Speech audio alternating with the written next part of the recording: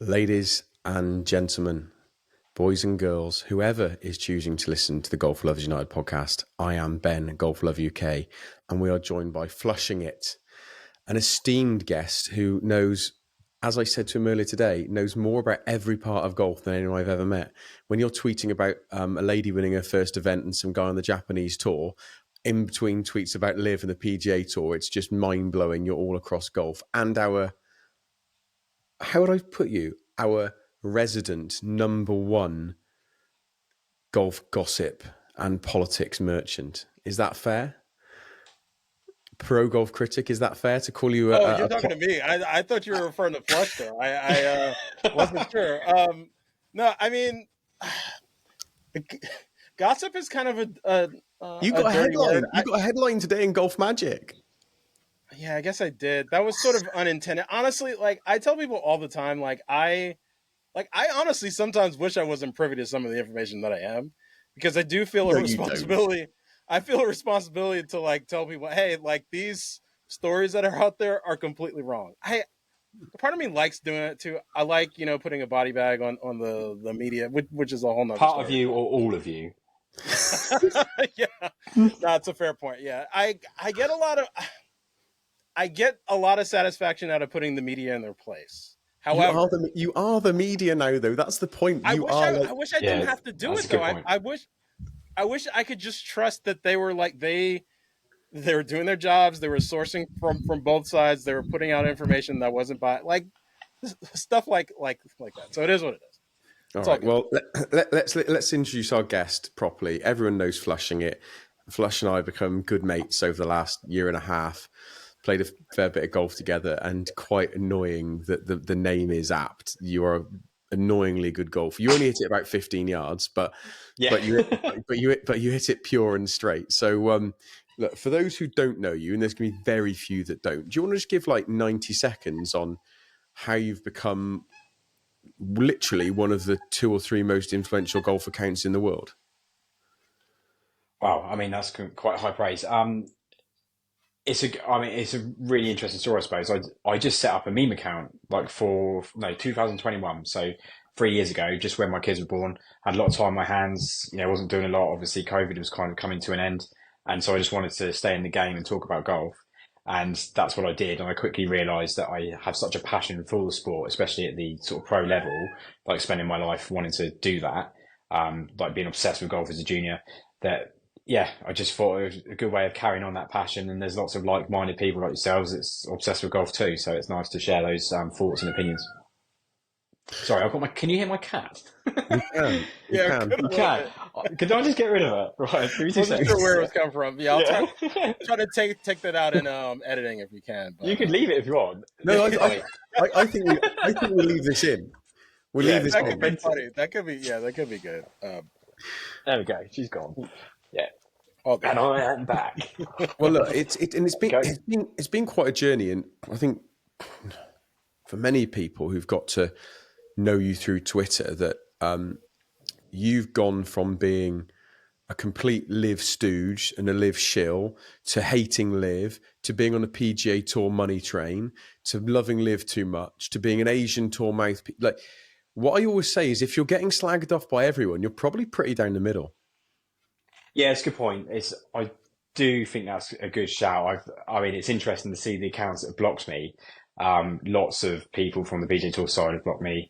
A couple of LIV, like real diehard LIV fans have blocked me as well. So It's very interesting. Yeah. I mean, I'm not really ever rude to anyone apart from that time with Tron Carter. No, so. No. The psychology around blocking, because I've been subject to plenty of blocks at this point, and I've really? That surprises nobody. No. I mean, it is what it is. But the thing that I've realized is that like a lot of people, they use the block to kind of cultivate their timelines a little bit too. So like a lot of times I'm not gonna be offended by it. Like it's like, look, you don't want to see what I tweet. That's totally fine. I don't care. Except other people, it's like if you don't disagree with them, it's like automatic block, and it's like, wait, that's not really what this is supposed to be. Like it, it is what it is. Everybody has their reasons for sort of blocking people, and I just think that it's something folks need to be a little bit more like. I've talked about the psychology of it. I just kind of dive into I do some of these deep dives into why people block, and start talking about the feminization of men and stuff like that. But like I'm trying not to go down that route today, because I could talk for like 2 hours about this stuff. So I think you're right though. It's a timeline cleanse, isn't it? A lot of people, I think, if you're like popping up on their For Yous and they don't follow you, they find it annoying, so you just get rid of it. Yes. Especially if they disagree with your opinion. I kind of 100%. understand that. Yeah, like a lot of people, they don't want to know about LIV news. They don't want to know about global golf, which is a lot of the American fans, which is like unfortunate, because I think that there's a lot of value to LIV in global golf, but some people need to sort of figure it out on their own. So is what it is. I've always been very strict on my blocking rules. I've probably got about 600 people blocked. And people, snowflake, whatever they want to call it. I don't care. I don't give a toss. The rule is, if you're rude to me and you insult me, I'll block you. That's it. Yeah. Jake, they wouldn't say it to my face. I view my Twitter account as my own private way of communicating with people in a public manner. So it's mine, and it's my public forum to engage with people. Yep. If you wouldn't speak to me like that face to face, don't speak like to me online. Or I'd say that to your face. You wouldn't. You wouldn't speak to me like that. Trust me, and you wouldn't say it twice. So I'm going to block you. Yes. No, that's what I was referring to. Like, if we were like in person or like, stuff like that, differences can be sorted out, generally speaking. Unfortunately, because it's online, like nobody's says like, oh, you have to take all of the abuse that you get. No, like, I mean, it's not worth it. Like, for a lot of these people that clearly cannot be reasoned with. So it's like, in that case, and they comment on every single thing that you tweet. And it's like, at some point you just have to say like, it's not really worth it to like continue to engage with these clowns. So just like block them and call it a day. Right. The problem that I have is we're gonna move on in a second. We're gonna move on, because otherwise you're gonna get into your clown rant, and we've done this one twice. Don't get me started on these clowns. All I'm gonna say is my favourite story, Tom. I never told you this, right? When I saw you at LIV JCB, I didn't even tell Jay, and we were together all day for like 5 days. I got a message about 4 days before LIV JCB, and it was from an account, didn't know it. And it said, hi, golf lover. You don't know me, but you blocked me a while ago because I was rude to you. Can I say sorry and you get me some tickets for LIV? No, mate. No. That's incredible. I said, what was your account name? I went and looked at it, right? He called me an FNC bone saw merchant. Like, no, mate. Yep. No. No. I'm not unblocking you. B, quite impressed with the bravado to think that you can message me on a different account to get free LIV tickets. And C, I don't have free LIV tickets. I don't have anything free off LIV, which we've discussed many times. I don't have free LIV tickets. I've never had a free LIV ticket ever. Like, these people are bonkers. Right, let's get on to it. Tom, I know that you and I both agree, and I know Jay's slightly different.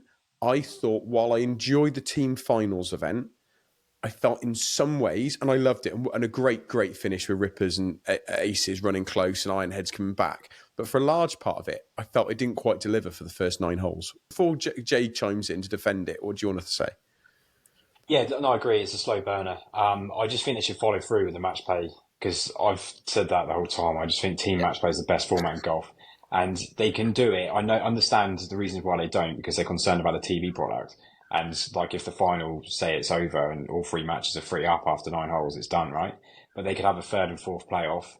They could have teams 5 to 13 could do the accumulative stroke play as well. And then you've got everybody on the golf course. So they have all that potential there too. Another thing I tend to agree with that. Another thing I thought about is, if you are worried about it being a bit of a dud with matches, you could have something on it. Like, if players are coming through the qualifying or coming through whatever, you have a draft system, and depending on where you finish, you've got different things you can do where you get to draft. There can be other things on it. They can make more of it, I think, if people are worried about there being a lack of jeopardy. Yeah, I know what you mean. Yeah, it's just that the first 2 days, if you watch a golf tournament, It's not very often that the first 2 days are actually compelling, but they were in this because you had that direct head-to-head match play, like the Ironheads turning over Smash and Scott Vincent and Jinichiro Kazuma being 4 down, making the ace, and then coming back to win that match is unbelievable. And that happened on the first day. Like, then they knocked out Brooks Koepka's team. You saw his reaction afterwards. He was gutted. It sets up the whole week. Then they go and they whitewash Crushers on the Saturday. And then on the Sunday, it's like, oh, here you go. Here's back to the format we've watched 12, 13 times already this year. It's just, I don't know. I wasn't buying that Sunday, to be honest. But it ended up quite well. I think probably talk about that because it was a great finish in the end and it was an exciting last few holes. Yeah. Jay? Yeah, I actually tend to agree with you on the match play thing. And this is actually something, Golf Lover, you and I were kind of talking about, was the fact that, like, having, like, one of the top 3 teams getting a bye from the first round isn't necessarily, like, the best thing in terms of getting you to the final. Because, like, I think a lot of these teams need to sort of play their way into a rhythm. And, like, some of these teams are already in a rhythm, like, Ironheads had already played themselves into a rhythm, beating Smash, and had a lot of confidence. I mean, Crushers are coming off of, practicing and, like, weren't necessarily sharp and they got swept. Like, I mean, that's not, so I don't think having buys But the in the scoring really emphasizes that, because I haven't done the analysis, so if it's wrong, please don't shoot me. But I read somewhere else, it might have been John Conrad, whoever it was. They actually said that the Crushers coming out cold killed them because the Crushers were back 9-1, but were so down in the front 9 they couldn't get it back.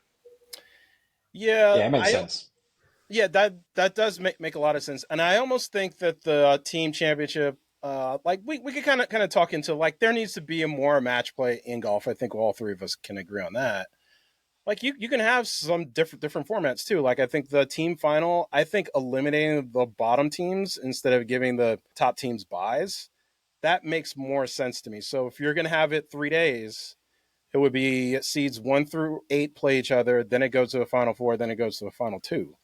And you can always have the other teams playing off against each other in different formats, so they're there and they're still involved, whatever. Yeah, 100%. Like, I mean, that's how you, when more teams are sort of facing off against each other and use match plays, like, that's how you start to develop rivalries. And just like we saw with Rippers and Stingers in Adelaide, like, that was, it just happened to be, it came down to a team playoff, and, like, it really was a match play situation. So, like, that's what I want to see more of that, because I think that that's really compelling in golf. It's not something that we get enough. Obviously, we get it in the team competition with the Ryder Cup and the President's Cup every other year, and Solheim for the ladies. But that's a completely different beast, completely different animal. Like, LIV is a little bit different, and I think that they could really lean into the match play and make it full match play, at least one event per year. You can also do this same format, like, another time during the year too. Like, they have so much flexibility to, like, try out different things. I think that that's a really cool thing that they need to. And I've heard that that's something that they want to pursue. They're definitely going to pursue more match play in the future. So yeah, and they made that clear as well, didn't they, in the pre-tournament press conferences and the drafts? Yes. Like, pretty much, I think Phil Mickelson, Martin Keimer, must have been Louis Oosthuizen as well. They all said about it. Yeah. Mm-hmm, for sure. So you could see that in 2025. Yep. Agreed. Yeah, the Ripper hat goes on. That's what I'm laughing at. How many teams do you support, Ben? I was asked this question: which team do I support? Now the difficulty is, because I've got to know, like, everybody, but we've got to know so many of the players that, like, it's really hard to support any one team. Yeah, Bryson's a great guy. Walk spent, like, can't believe I've talked to people, like, I've spent 2.5, 3 hours with the guy. Like, he's a lovely bloke, and I've played with Anaban, so I like the Crushers. Charles Howell's given me a chipping lesson, which we recorded. Like, it's mental. Spent that time with the Crushers. I've spent time with Cam Smith. I've spent time with Lucas Herbert and Pewey. Like, I've spent time with so many of the different players and caddies that it's hard to pick a team. So the answer is, I've got a hat for everyone except for Ironheads and Torquay. So I've got everybody's hat. And I just enjoy all the teams. If I have to pick a team, it's difficult. I've got a good relationship with Pulse, and, like, I like the Majestics. Like, people say, "Oh, if you can't pick a team, you don't support anyone." But I suppose I just like so many of the people. It's difficult. Yeah, and that's the thing, because this, like, I haven't. It's so infrequent we're able to get around a league that's brand new. No one says you have to pick one team immediately. Like, yeah, I sort of lean into the Aces because he's been one of my favorite players for a while. I like Patrick Reed. I like Pat Perez, and their coaches and just everybody around the Aces. Like I identify with. Like I like their vibe of the team, all that stuff. That doesn't mean that I can't root for, like, if we are having these match play matches. Like, of course, I was rooting for the Crushers against Ironheads. Like I mean, Ironheads is probably my least favorite team. Let's just be honest. Like I don't really have any relationships with anybody on that team. So and I think that's where, if we are going to move to more match play, like you can have like a handful of teams and then you have sort of a pecking order. Like I like the Aces, I like the Crushers. Sure, I'm going to leave another team out. Started getting on Legion. My wife loves the Cliques. So, like, I mean, we're kind of, we've got our own sort of family rivalry thing going too. So it's just fun following it for now. Yeah. Do you have a team flush at all, or you just enjoy, like I do, watching it all? Yeah, I mean, I would 100% be a Majestics fan. I mean, I am. If they were better, it'd be a bit a bit more compelling to support. It's a tough one. They haven't made a podium all year. I did celebrate yesterday. They won Tier 3 and managed to beat Torquay by a shot. And smashed up Smash by about 100 shots yesterday. So yeah, they played really well. They played really well yesterday, and that means they took sort of 9th overall. I suppose the other team for you is, obviously, there's no surprise of maybe the odd person that's watching this that doesn't know you. Obviously, you're good friends with Richard Bland, so you obviously, Blandy's playing well. That makes you happy too. yeah, absolutely. Yeah, the Crushers. I'm sorry, the Cliques are like the second team, but they might not even be the Cliques next year. So no, so we'll do some rumours in a second, but I just want to say congratulations to Rippers, fantastic. Huge shout out, I think, to Legion 13 as well, who played out their captain, managed to get into the final, were quite struggling in that final, but actually managed to fight back. It wasn't until sort of end of the 16th hole they were kind of out of it, but right until then they were in it. The Young Guns and Surratt and Vincent were playing well towards the end. John Catlin proving to be just a star that's obviously destined for LIV. I think congratulations to all involved Majestics getting that Tier 3. But tell me there is anyone at the minute in the world that when they run hot is hotter than Lucas Herbert. Like he did it. He did it on day 2. He went 4 birdies out of 6 holes, and he did it yesterday, 4 birdies out of 5 holes. When he gets going, the guy's just a birdie train. I think a lot of that's the team aspect as well, because looking at that match play event, he knew that he had to put the hammer down. Who did he play? David Pooch. On day 2, yeah. On day 2, yeah. And he was obviously getting stuffed at one stage. Well, Pooch was 2 up after 8. Yeah, well, he was 2 up with a few to play as well. That's why he was so devastated afterwards, and you saw him being consoled by Sergio Garcia. But yeah, obviously David Pooch is a fantastic player, and he had the better of Lucas for most of that round. But Lucas could see the finish line coming and knew that he had to go some to beat him, and that's what he did. Yeah, and that also is why match play is so good, because it made Saturday incredible to watch. It really did. It's not often like that in many golf tournaments. Yeah, it's true. Who knows what's going to happen with formats? I know that we all get information and things, but look, if I had my way, they'd go to a 16 of tournament event series instead of 14, and they'd have but four of them at least, maybe 6 would be team match play events. I would love to see sort of 8 to 10 singles events, and then the others being team match play. I think that'd be fantastic. That's what I'd like to see. Whether that can happen or not, who knows? Yeah, I mean. Yeah, we could sort of have that discussion another time. I'm not necessarily in agreement with that. That being said, like, this was the reason why this was a great event was because, Friday and Saturday, that was box office. Like, a lot of those matches came down to the end. And, like, Lucas Herbert's one guy that, like, I heard him talk in the post-round presser yesterday just about how, like, it took him a little while to get used to LIV in the format and his teammates, except he was getting so much, like, positive reinforcement and encouragement from Cam and Leash and Jonesy that, like, towards the end of the season, you saw he was playing really, really well at the end of the season. Like, he had, like, 3 top 10s in his last few events. He was in contention a little bit at Greenbrier. Like, I mean, he was playing, like, really, really well, like towards the end of the season. And he credited those guys with like, and people want to downplay the teams and all that, but like these teams, look, some teams matter more than others in terms of the internal teamwork that they actually have and having the right chemistry and having the right people in place. I think Ripper, you saw that like Ripper's one of those teams. They're very, very close knit. They've got like the right combination of people, the right support staff, like the right caddies, like every sort of aspect of LIV sort of feeds into this team.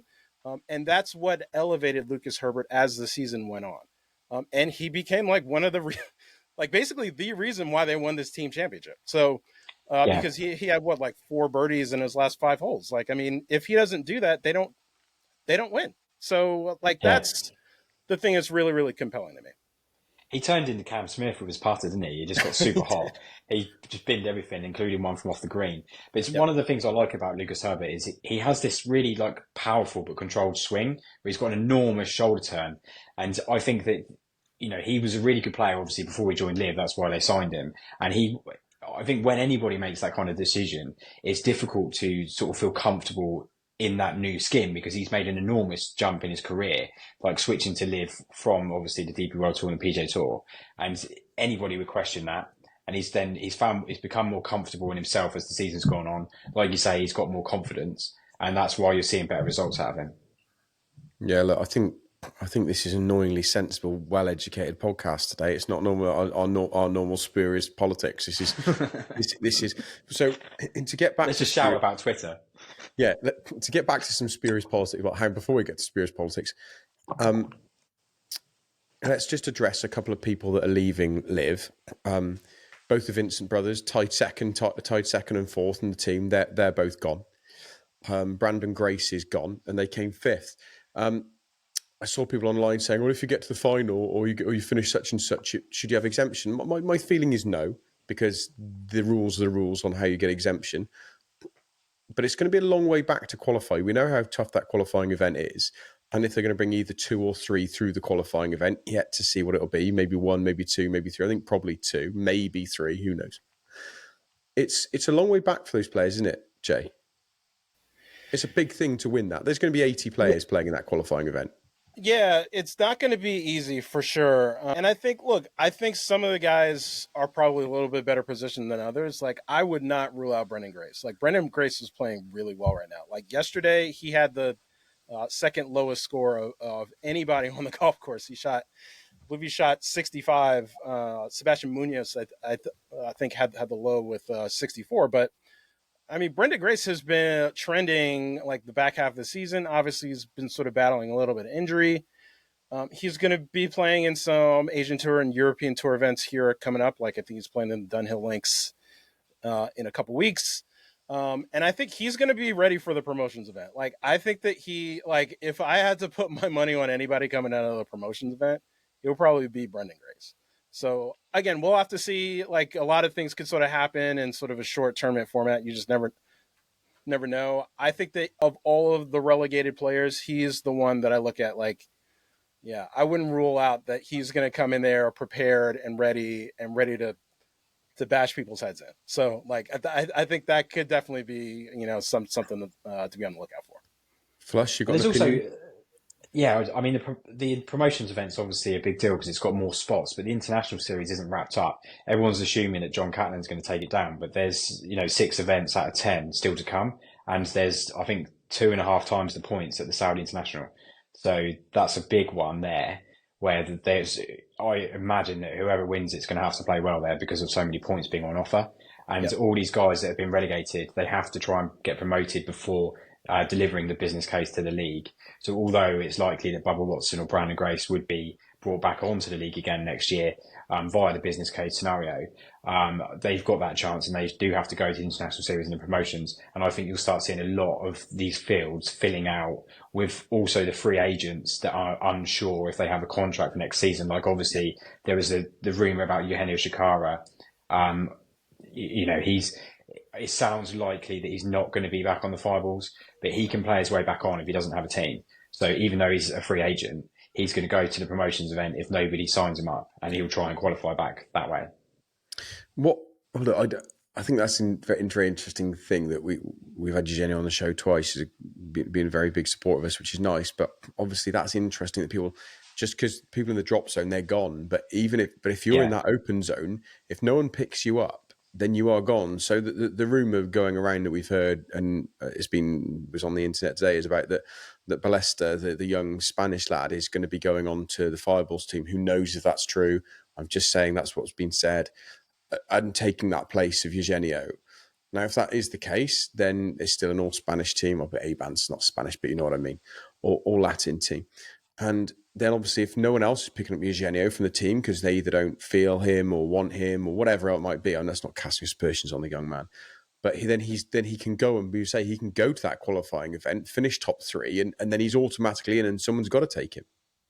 Absolutely. And I spoke to Eugenio today because of I think it was on No Laying Up, said that he wanted back on the PGA Tour and was really unhappy, but he categorically ruled that out, and he wants to stay on the league. But obviously, if he knows he didn't like outline it to me, but if I think Sergio's reported that he doesn't want to renew his contract next year on the Fireballs, so he will be a free agent, and he signed a 3-year deal when he joined LIV, which is now up because he's played 2022, 2023, 2024, so that's now up. So next year he needs to be re-signed by a team who would take him on. I'm not really sure. So he knows that's his option, and he's ready for it. He'll go and play all the international series events. He's playing the Spanish Open and the Dunhill Links anyway. Like, he's young, he's hungry, so he'll go and try and form and play his way back on. And there's a few in that open zone that might find themselves in that situation. Now, I'm not casting aspersions on it. I'm just saying, GMAC, is he a guarantee to come back onto Smash? Possibly not. You would think they'd run it back with Charles Howell on the brushes. He was having a fantastic season until he got injured, wasn't he? He was 5th, 34th, 6th, 8th. Yeah. Then he got that niggling injury. He had a couple of bad performances, then missed 4 events. There are other players. I'm assuming Danny Lee will come back. What will happen with Martin Keimer and the Cleeks? Jones is going to go back. Harold Varner. I personally would be absolutely amazed if Harold is on the 4 Aces next year. So there are other players, based on what you said about having to go and qualify, that might be the route they go. Yeah, absolutely.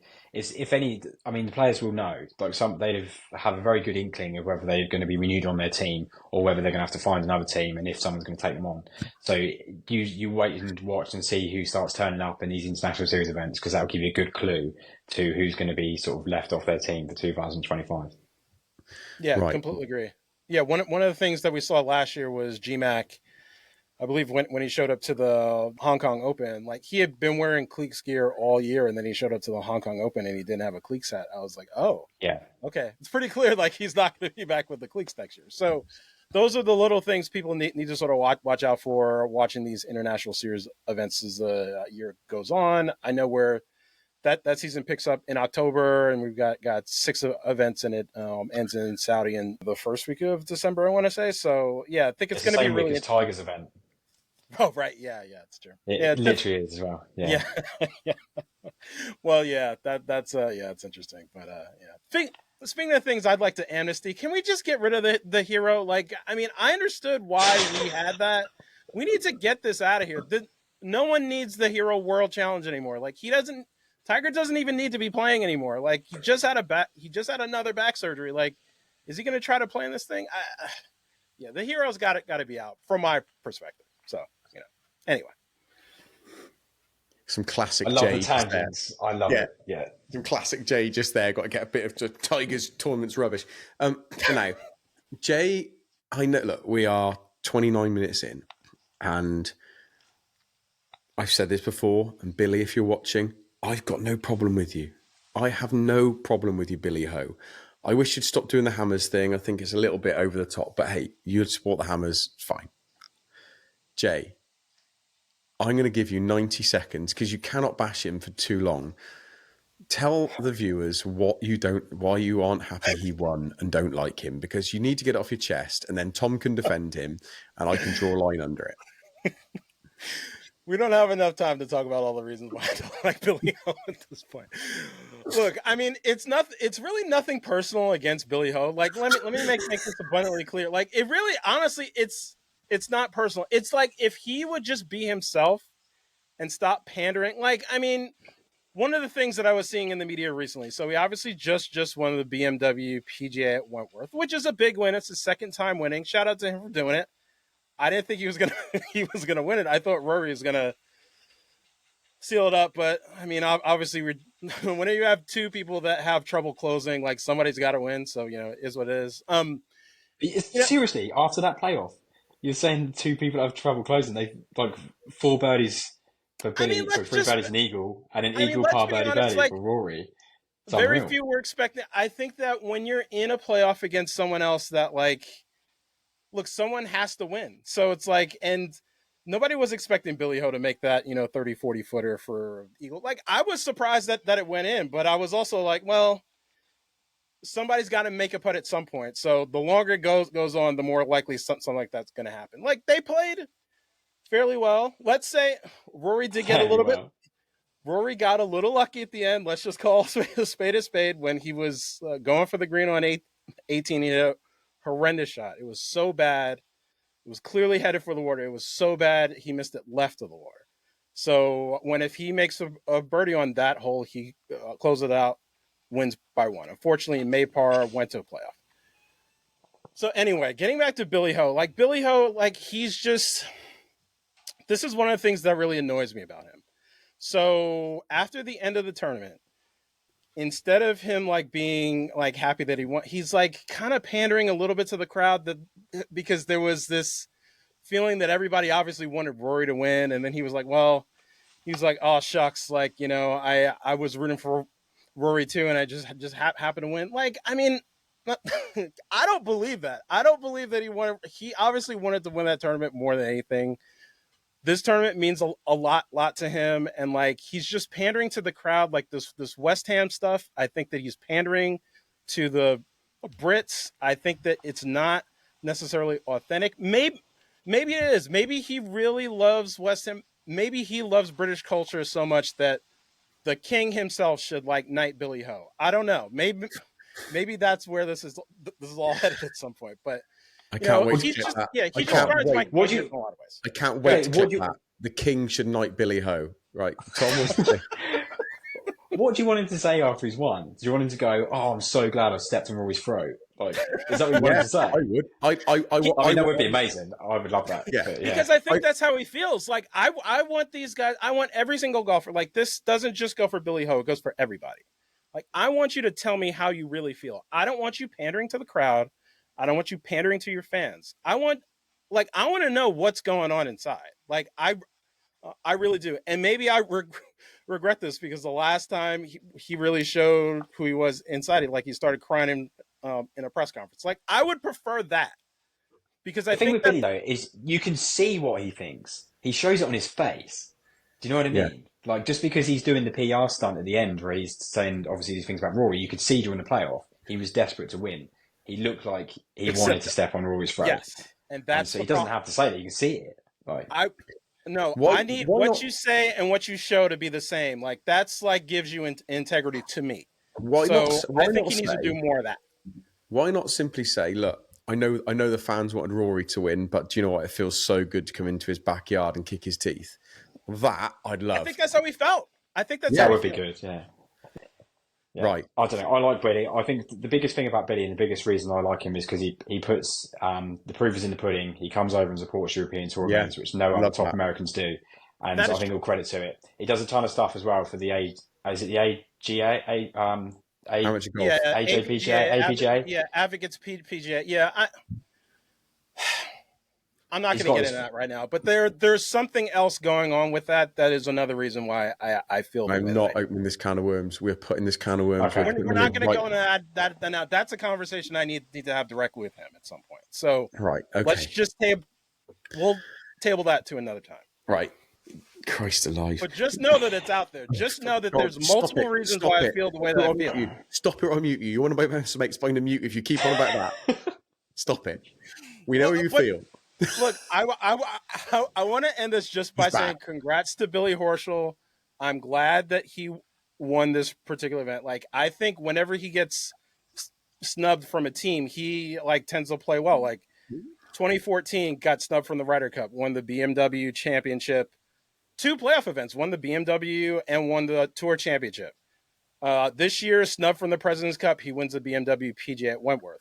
2 years ago, he got snubbed from LIV and wound up winning the Memorial. So, like, I mean, these things are just out there. Like, I think that it's great that when he gets snubbed, he just, he starts winning. So, congrats to him. I'm glad that he won. And, I'll leave it at that. What I will say, I think I was thinking about this about Patrick Reed in the week. Billy Ho, massively underrated swing. Yeah, he's technically very good. Yeah, he's massively people don't talk about it enough. Billy Ho, I'm not saying he's Louis Oosthuizen smooth, but Billy Ho's obviously a great golfer because he's a professional golfer who wins tournaments. But massively underrated swing. I was watching Patrick Reed and just thinking, God, not enough people talk about. They talk about Patrick Reed's hands and his short game and his putting, but there's certain players, I think their swing just gets overlooked. I probably watched 25, 30 of Billy's Ho swings over the 4 days. I thought, Christ, actually, Billy doesn't get anywhere near enough credit for quite how good a golfer he is, technically. Now, were you only watching his swing, or were you watching all of the antics he does getting into? Shut up. Right, shut up. No, Tom. Look, I mean, it's all part of it. Like, it really is. Like, that's part of the thing that annoys me, too. Like, his setup we're stopping takes forever. Look, just trust me. There's there's a laundry list of reasons why I'm not a Billy Ho fan. Like, if I ever talk to him in person, I will tell to his face exactly all the reasons. Right. Okay. Good. Right. Excellent. Let's move on. Tom, we were talking this morning on the phone about how interesting it is. There are so many LIV players coming over to Dunhill and playing in the Dunhill Links event, and that's been done on sponsors exemptions, right? Yes. I've gone quite into this story actually. Spoken to a few people from Dunhill and players and stuff. There's 10 out of the current 14 named exemptions to LIV players. They've also created a category for the Asian Tour, which is the only time that's happened this year. So David Pooch and Eugenio Chikara are playing under an Asian Tour exemption for being top 10 in the order of merit.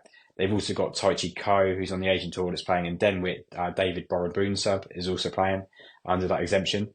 So yeah, it's a very obvious effort from Johan Rupert and Dunhill to try and bring the game together. I believe that Andrew Waterman may be making another appearance, possibly another leader of a big golf organisation. So just have to wait and see. Last year, that was really big at the Dunhill. Like I remember. Do you want to just say who Andrew Waterman is, by the way, because a lot of people won't know that how the nom de plume on that actually works. Yeah, I've mentioned that. We've all mentioned this on Twitter, but for the listeners, Andrew Waterman is Yasser Al-Rumayyan's the alternate name that he was using when he was playing in the Dunhill Links program last year. He went as Andrew Waterman. So I don't know if he's going to use the alias this year. That would be interesting. He was definitely on some. I've been laughing because he's definitely on some 007 James Bond stuff. But I think he's probably going to go as himself, if I had to guess. And it's like there's a lot of celebrities there. There's a lot of really important VIPs in the golf world that are there. Obviously, Johan Rupert's one of those really important names, and there's going to be a lot of people there. A lot of heads of golf's heads of state. So. A lot of business, a lot of good business gets conducted at the Dunhill Links for sure. Regarding Johan Rupert and regarding golf, and Tom, I want you to come in on this. Am I crazy to think that Johan Rupert, who controls one of the biggest events in golf, right? Because it really is. It's a star-studded event in so many ways. I know it's not a major. I'm not trying to pretend it is, but it's a huge event. And also with his undeniable influence on South African golf and the South African swing. Do you think Johan Rupert, who is very good friends with the Stingers guys and obviously a proponent of LIV, is basically trying to say to the DP World Tour in not so many ways, you've got to start playing ball? Because if they don't play ball, the DP World Tour without the Dunhill Links and without a South Africa swing is not a tour. Yeah, I know what you mean. You can't put words in his mouth, but it's pretty obvious that he's trying to bring the world together with the people that he invites. So, he tried to invite him Poulter as a sponsor's exemption from what I've heard, and that was declined because Poulter still owes quite a significant amount of money in fines, even though he's resigned his membership to the DP World Tour. So Poulter was not allowed to play. But just look at the other invites that he's given. He's very clearly trying to bring the world together. He's always been an advocate of golf. Golf is golf, right? We say it all the time. And he's just a big advocate of golf. He supports African amateur golf. He supports professional golf. He's got tournaments all over the place. And that's what he wants to support. He wants the golf world to come together again and support golf, because that's the only reason we're here. Yeah, completely agree with that. Don't really have a lot to add. Like, I definitely think that, this is a topic we've sort of talked about. Not too many people are really talking about, like, some of these guys that, like, the average golf fan doesn't really know, but they're really, really important movers and shakers in the golf world. And, like, Johan Rupert is clearly one of those guys. Like, all the Stingers have been invited to the Dunhill links in a couple weeks. I don't think Schwartzel's gonna make it, but the other three are gonna be there. There's like a lot of South Africans in the field. So Charles' wife is still very ill, isn't she? Is that right? Yeah, I think that's what it is. Yeah. I haven't really gotten an update on that, but that's otherwise he certainly be there. But I mean, there's a lot of South Africans in the field, and I think that if there is going to be a replacement for Brendan Grace next year, there's a very strong chance that the replacement is playing in this field. Yeah, I think that you look at this, it feels like it's going to be Thurston Lawrence or Christo Lamprecht. It really feels if there is a South African replacement, those are the two obvious choices. I think just don't see how you'd replace Grace, because they just go to the board and say, well, he come second in the first season and won. He come 8th last year. He shot the second lowest score in the team championship. Like, it's just an off season. An off season. It's just a blip, isn't it, in his record? So yeah, go through that because I've obviously read the rules wrong. I thought the business case was only for captains. Me too. It's for any player, I think. Okay. But I may be wrong. There's so many rules, isn't there? I can't keep. Honestly, I love it, but I can't keep on top of all of them.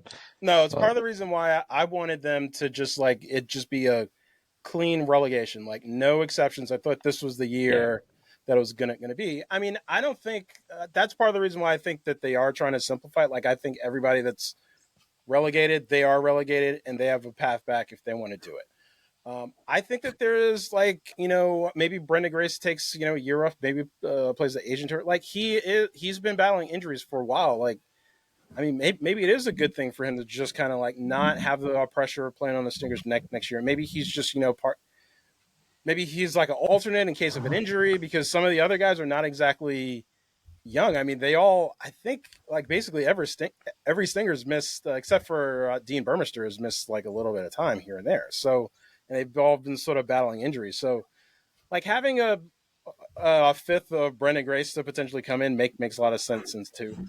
We'll just have to see how it plays out. There's a lot of options, and I think that I've been telling people I felt like the end of 2025, once we sort of have a fully formed league, because it's this whole time it has not been a fully formed league. A lot of things have been sort of, I don't want to say made up on the fly a little bit, but when you have an entire ecosystem that's against you, you kind of have to maintain flexibility, like, number one. So I think end of 2025, when we have a fully formed roster, 60 players, the rules are a little bit more smoothed out. I think that's when we're going to be able to really sort of hit the ground running with, a fully formed league that has a lot of very strict rules, and sort of it's going to be more clear to the public for sure.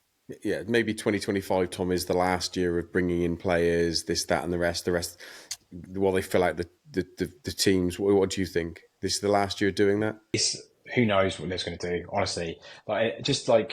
They didn't call it an announcement. They called it a clarification of the rule when they said about the captains not being exempt from relegation the day before the individual championship started. I mean, you follow this story, the LIV story. I follow the LIV story as close as anyone. Like, I had no idea they were doing that. It wasn't a clarification of the rule. Right. It was a new rule that they put in. It was a new rule, yeah. It's just because they worded it that way. Like, that's not how it was at all. And I don't think I think it's a bad look for the league. I don't think they should be doing those sorts of things that close to the end of the season.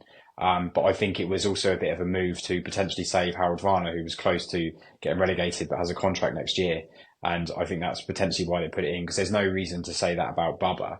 Like, if Bubba can make the business case to get himself back on, which 100% will be allowed back on the league, there was no reason to bring in that rule. I think it was if you look at the players that were around the drop zone, the only person that I know that had a contract into 2025 was Harold Varner. So I think it was if he did play bad and got into that drop zone, I think it was to save him. Yeah. I think it was also to say, because I was doing some of the math, and even though it was unlikely, it was definitely, there was a scenario out there that saw Phil or Ian Poulter potentially dropping into But they the. didn't need to bring in the captain's rule because they were exempt. So there's no, I can't see the motivation of talking about bringing that up at the timing they did, unless it was to save I a player who wasn't the captain. I think it's because obviously you already had a captain in the drop zone, and like they're basically having different rules for one captain and the other captain. That's why I think the rule was sort of clarified. Again, But this It's is tough to know. We're just speculating, aren't we? But and it was the thing is, interesting timing. Yeah. and the thing is, that's the thing for me, Tom. It was the interesting timing on it that really, really got me. It was like, what, you're doing that a day and a half before the event, right? I want to do a little fun thing. So there's a podcast I listen to every single day, which is Colin Cowherd's podcast. It's an American sports podcast. Listen to it virtually every single day now for 13 years. I listened to when he was at the old place.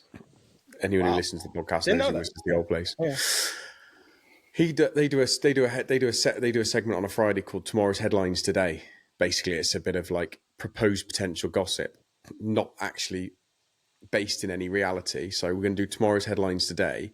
I will go first, and then you two have each got to do one. So you have a little think. My Tomorrow's Headlines today: Hovland, Stenson, Keimer make up the Vikings. It had to be a rumor, speculation headline. It's just fun. So my thinking is, do you see Hovland coming? Not ask a question. I'm saying, could you see Hovland coming over, playing with Stenson, playing with a Hogard, and playing with Keimer, making sort of a Germanic Scandi team? For that frees up a space in the Majestics to maybe bring an English player in, a Fleetwood or someone else saying these. But I'm saying, but then you've got the ability to move things around. So that's my tomorrow's headlines today, is that we're going to get a Scandi Germanic team with Hovland, Stenson moving across. That's just my tomorrow's headlines today. It could be nonsense. Yeah. Tom, give me a tomorrow's headlines today. I can go first. I go first. Yeah, you go first, Jay. Yeah. Okay. Tomorrow's headline today: the PGA Tour becomes the third best tour in the world. I think that we are moving. Wow. I think we're moving towards a world where, look, if LIV and the DP World Tour do a lot, which, like, it's in every best interest of the European Tour, that whole organization, to partner with the PIF and LIV, like just an example of like the next couple weeks on the European Tour, like Spanish Open has got a bunch of LIV players in it. We've already talked about the Dunhill links. Like all of a sudden, your tour becomes the center of the golfing universe in the fall. So, and like these tournaments are going to be better than like the vast majority of PGA Tour events, especially if the PGA Tour continues to exclude LIV players, which is certainly a possibility. So, and then with this partnership between the DP World Tour and LIV, potentially with funding from PIF, you could see a scenario where a lot of these European players that primarily play on the PGA Tour strictly for money and like OWGR points and all that, they flip and are playing mostly in European Tour events, LIV events, and then all of a sudden it's like the PGA Tour has a huge talent drain again. And like in a few years, like I've heard some of the stuff going on behind the scenes there is not good. Like they have so many warring factions in there that it's so hard for them to get on the same page. That's what's going to be the thing that drags this thing out. And PIF eventually loses patience. They want to invest in the DP World Tour that SSG will probably use all of their influence to sort of make happen. Like the PGA Tour is going to lose their footprint as the number one sort of headlining tour in golf. Like I really do believe that that's a very strong possibility within the next 3 years. Okay. Mine would be the PIF and the PGA Tour and the DP World Tour announce a deal for a full crossover of players, but it's not a merger of tours. It's just a player pathway between the tours. That's what I've been hoping for. You actually said, Tom, tell me, how do you see that looking? How do you see? Would it be a minimum event, maximum event? How would someone go across? What? Just on you love golf. What are your thoughts? I don't think you don't need to be members of all the tours. I think just allow sponsors to decide who plays. Like you don't have to be. Obviously, the European Tour is a tricky one because you have to be a European Tour member to play on the European Ryder Cup side. But other than that, you could play 4 sponsors events on the PGA Tour or 5 sponsors events on the PGA Tour and play LIV, or LIV could, welcome some PGA Tour players over for the odd event. I don't know how that would work with the team on the league, but they could. I'm sure they could figure it out. It's not too hard, is it? They had 2 wild cards this year. Well, I actually said you could actually have the LIV Nomads. Yeah. You could actually have the LIV Nomads, which is the 15th team, which every single week is made up of different players that come over to play. I'm not saying they want to do that. I'm just saying you could have the Nomads, and that could be a thing. Look, we've taken up enough of your time. We've done 51 minutes. It's been an absolute pleasure. Nice. Before you go, I don't know if you've ever mentioned women's golf on your pod before, but I really want to just bring up this Helen Bream. Who's just going to tell everyone about her. Unbelievable. So there's this, she's a teenager from Germany. She's just turned pro. She's been a pro for 3 events, and she's finished T4 win-win in her 3 events as a pro. And the best thing about that, though, was that in her last 3 events as an amateur that she played in professional events on the LET Access Series, were win-win-win. She won 3 in a row as an amateur on the LET Access Series. So she's won 5 out of the last 6 events she's played in. She's won, yes, I think that's right. So all of the events that she's played this year, and 6 out of the 8 or 9, I think it's 9. So 6 out of the 9 were as an amateur. She's only finished T11 as her worst result. Yeah. She's a giant too, isn't she? Like 6'3"? Like she's dwarfed like Justin Rose. Did you see that in the Rose Ladies Open? But she swings it like Anne Van Dam, but she's got loads of speed. Yeah, and that's a deadly combination. I think she's going to be an absolute superstar for European golf. Yeah, It's a huge advantage being tall and being able to leverage that and sort of generate speed. Like that's something, and we've seen it a little bit in the women's game previously. Like Michelle Wee was obviously a long hitter. Nelly Corder is a pretty long hitter now, but like haven't quite seen anything to this level just yet. Christo Lamprecht that we mentioned earlier is like 6'8", 6'9" in the men's game, generates a lot of speed. Like there's a lot of advantage to being really tall and being able to make solid contact, and she's definitely doing it. So. Yeah, it's impressive. And the women's game just waiting for a power, the power surge of long ball hitters to come out and just take control. And I think that this could be the start of it. Yeah, there's definitely a few when you see Instagram and you see some of these girls putting up these numbers, these club head speeds at like 108, 109, 110, 111. You think, Christ, and they're like 16, 17, 18. I remember I saw a video that was up the other week, and these 2 girls, one was 18, one was 17. They were cruising at 112, 111 club head speed, 112, which is like 16, 17 is phenomenal. Yeah, absolutely. Still got to find a way to get the ball in the hole. Like I tell people, distance is an advantage for sure. You still got to be able to get the ball in the hole. So length isn't everything, mate. We all know that as men. Yep. Yeah, 100%. Right. On that note, I'm going to end the podcast. Thank you so much, Tom. I just got what you were saying. No, I don't know anything about that. So yeah. I was strictly talking about golf. Right. Cheers, boys. All right. Take it easy. Cheers, guys. See ya.